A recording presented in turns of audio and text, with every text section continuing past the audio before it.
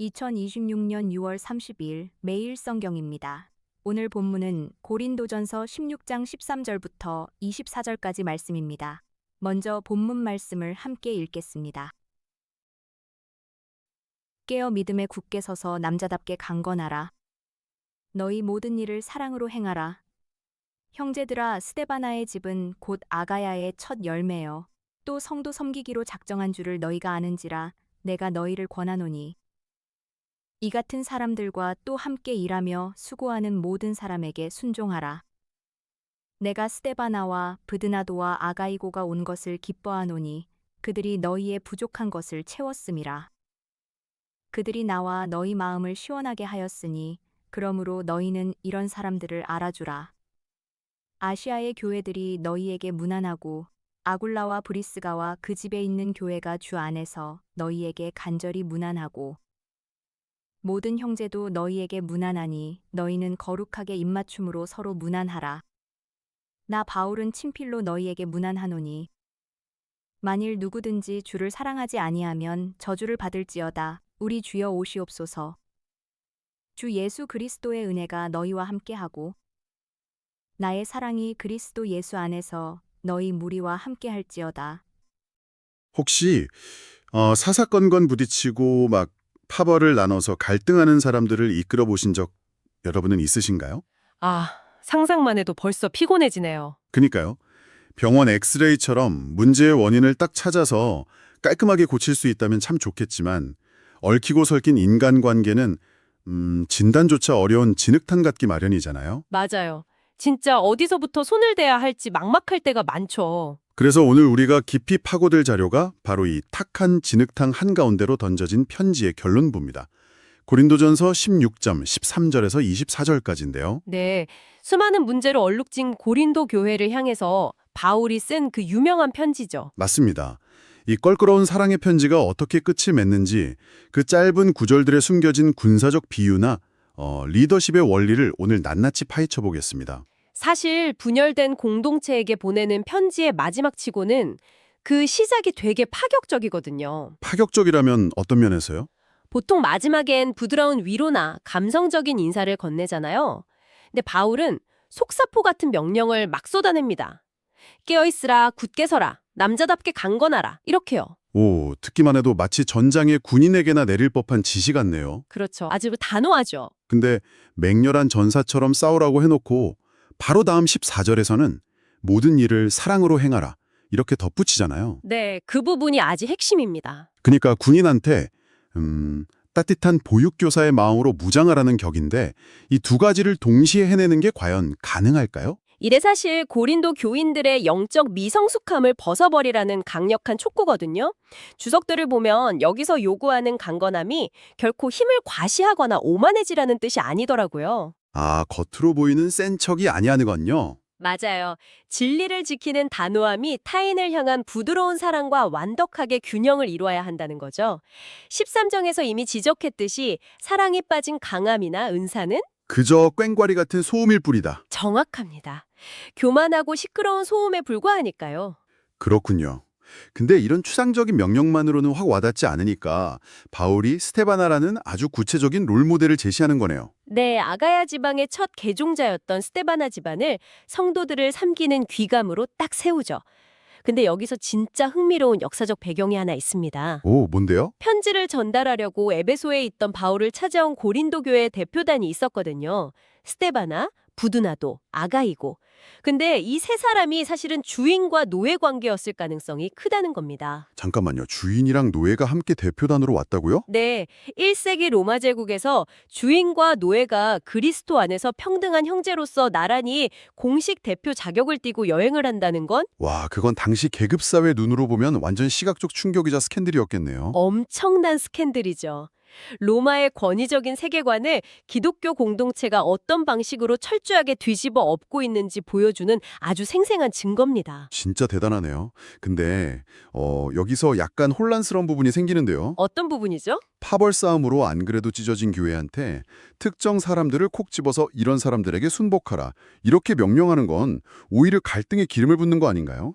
누구 편을 들어주는 것처럼 보일 수 있다. 네, 약간 권위주의적으로 보일 수도 있고요. 강압적인 권위에 대한 맹종이 아니에요. 그럼 어떤 의미의 순복인가요? 교회를 위해 수고하고 헌신하는 사람들에게 사랑 안에서 자발적으로 뜻을 굽히고 양보하는 것을 의미합니다. 권력으로 찍어 누르는 게 아니라는 거죠. 아, 묵묵히 섬기는 자의 헌신에 대한 감사와 존중의 표현이군요. 맞아요. 그리고 이런 지역교회 리더들을 향한 자발적인 존중이 결국 고린도 교인들의 시야를 밖으로 넓혀주는 역할을 하거든요. 우물안 개구리처럼 자기들끼리의 문제에 갇힌 사람들에게 아시아 교회들의 인사나 거룩한 입맞춤을 전하는 것도 그런 맥락이겠네요. 그렇죠. 너희가 바깥 세상에 더 큰 기독교 공동체와 연결되어 있다. 이걸 상기시켜주는 겁니다. 좁은 세계에서 벗어나라는 일깨움이죠. 그렇군요. 근데 바울이 편지를 직접 친필로 마무리하면서 아주 강렬한 대비를 두잖아요. 주를 사랑하지 않으면 저주를 받을지어다 이렇게 무서운 경고를 하던데요. 네, 그러면서 동시에 마라나타, 우리 주여 오시옵소서 이렇게 외치죠. 구원받아서 이미 은혜 안에 있지만 주님이 다시 오실 때까지 아직 완성되지 않은 세상 사이를 살아가는 긴장감을 끌어올리는 겁니다.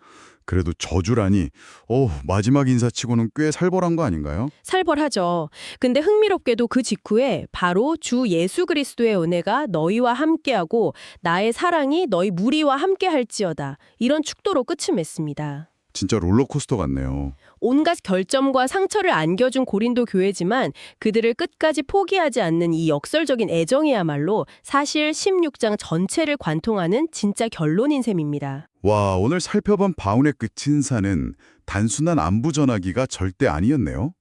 단호하게 깨어있으면서도 사랑으로 품어내고 또 묵묵히 섬기는 자를 자발적으로 존중하면서 더 큰 세상과 연결되어 살아가는 방법을 아주 꽉 압축해 놓은 지침서였습니다. 맞습니다. 진단하기 어려운 진흙탕 같은 현실에서도 사람들을 하나로 묶어주는 건 결국 날카로운 지적이 아니라 끈질긴 사랑이라는 거죠. 네, 정말 깊은 여우를 남기네요. 자, 여러분, 이 깊이 있는 탐구를 마무리하면서 마지막으로 이 질문을 던져보고 싶습니다.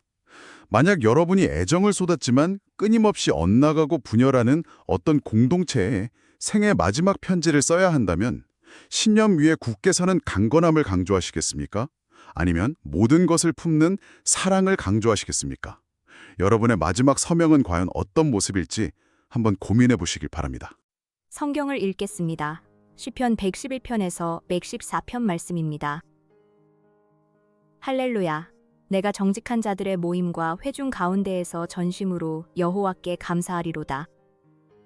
여호와께서 행하시는 일들이 크시오니 이를 즐거워하는 자들이 다 기리는도다. 그의 행하시는 일이 존귀하고 어미하며 그의 의가 영원히 서 있도다. 그의 기적을 사람이 기억하게 하셨으니 여호와는 은혜로우시고 자비로우시도다. 여호와께서 자기를 경외하는 자들에게 양식을 주시며 그의 언약을 영원히 기억하시리로다. 그가 그들에게 문나라의 기업을 주사 그가 행하시는 일의 능력을 그들에게 알리셨도다. 그의 손이 하는 일은 진실과 정의이며 그의 법도는 다 확실하니 영원 무궁토록 정하신 바여 진실과 정의로 행하신 바로다.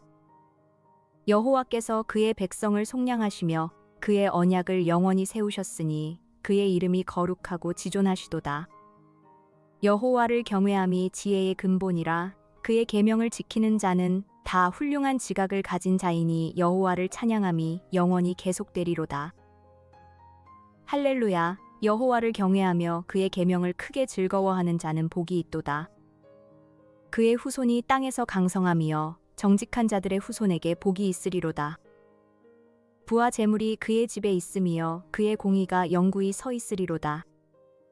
정직한 자들에게는 흑암 중에 빛이 일어나나니 그는 자비롭고 긍휼이 많으며 의로운 이로다.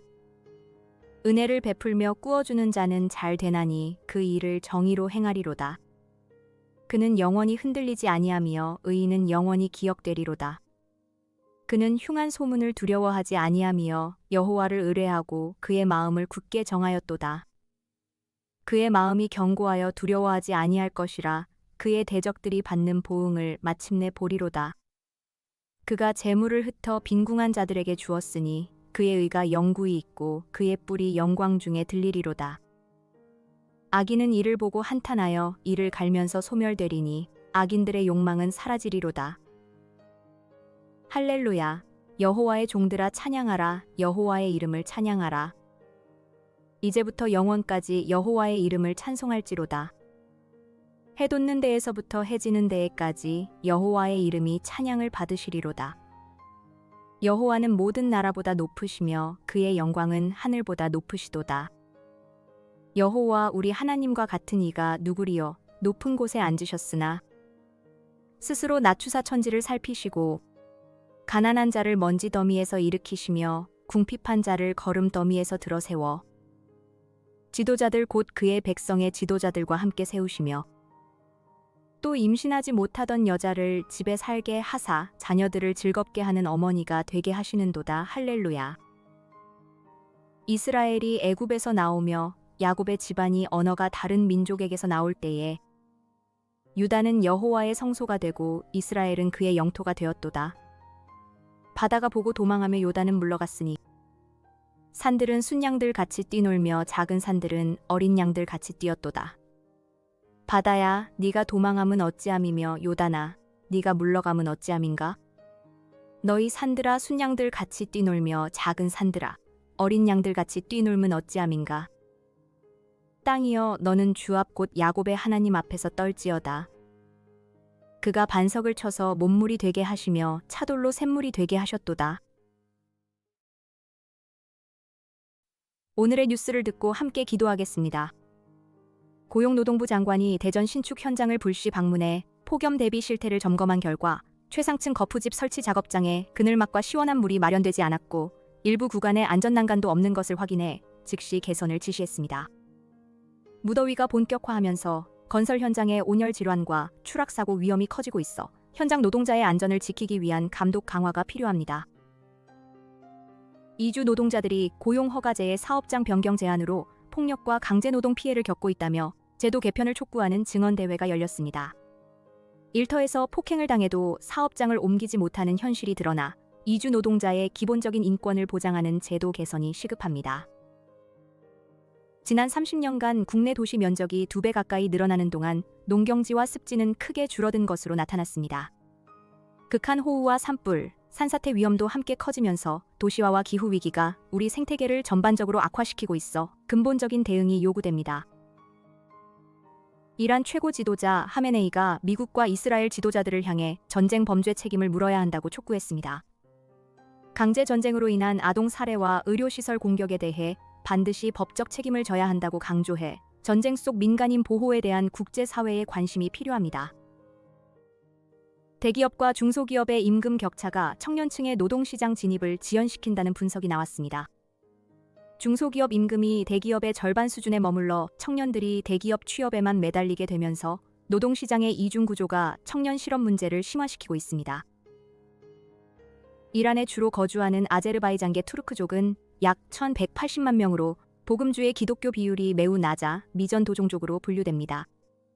박해와 감시의 어려운 환경 속에서도 현지 신자들이 믿음을 지키고 있으며 이 땅에 하나님의 말씀이 증거되도록 한국교회의 지속적인 기도와 섬김이 필요합니다. 함께 기도합시다. 폭염에 노출된 건설 현장의 노동자들과 폭력과 강제 노동에 시달리는 이주 노동자들이 안전하고 인간다운 환경에서 일할 수 있도록 기도합시다. 도시 확장으로 줄어드는 농경지와 습지가 보전되고 극한 호우와 산불 위험이 커지는 가운데 지역 주민들의 안전이 지켜지도록 기도합시다. 전쟁 속에서 공격받은 아이들과 파괴된 병원의 환자들이 기억되고 가해자에게 책임을 묻는 정의의 길이 열리도록 기도합시다. 대기업과 중소기업의 임금 격차가 줄어들고 청년들이 희망을 가지고 노동시장에 참여할 수 있는 길이 열리도록 기도합시다. 이란에 주로 거주하는 아제르바이잔계 투르크족 가운데 복음의 문이 열리고 박해와 감시 속에서도 믿음을 지키는 현지 신자들이 지혜와 용기를 얻도록 기도합시다. 나라와 민족, 열방, 선교지와 섬기는 교회를 위해 기도합시다.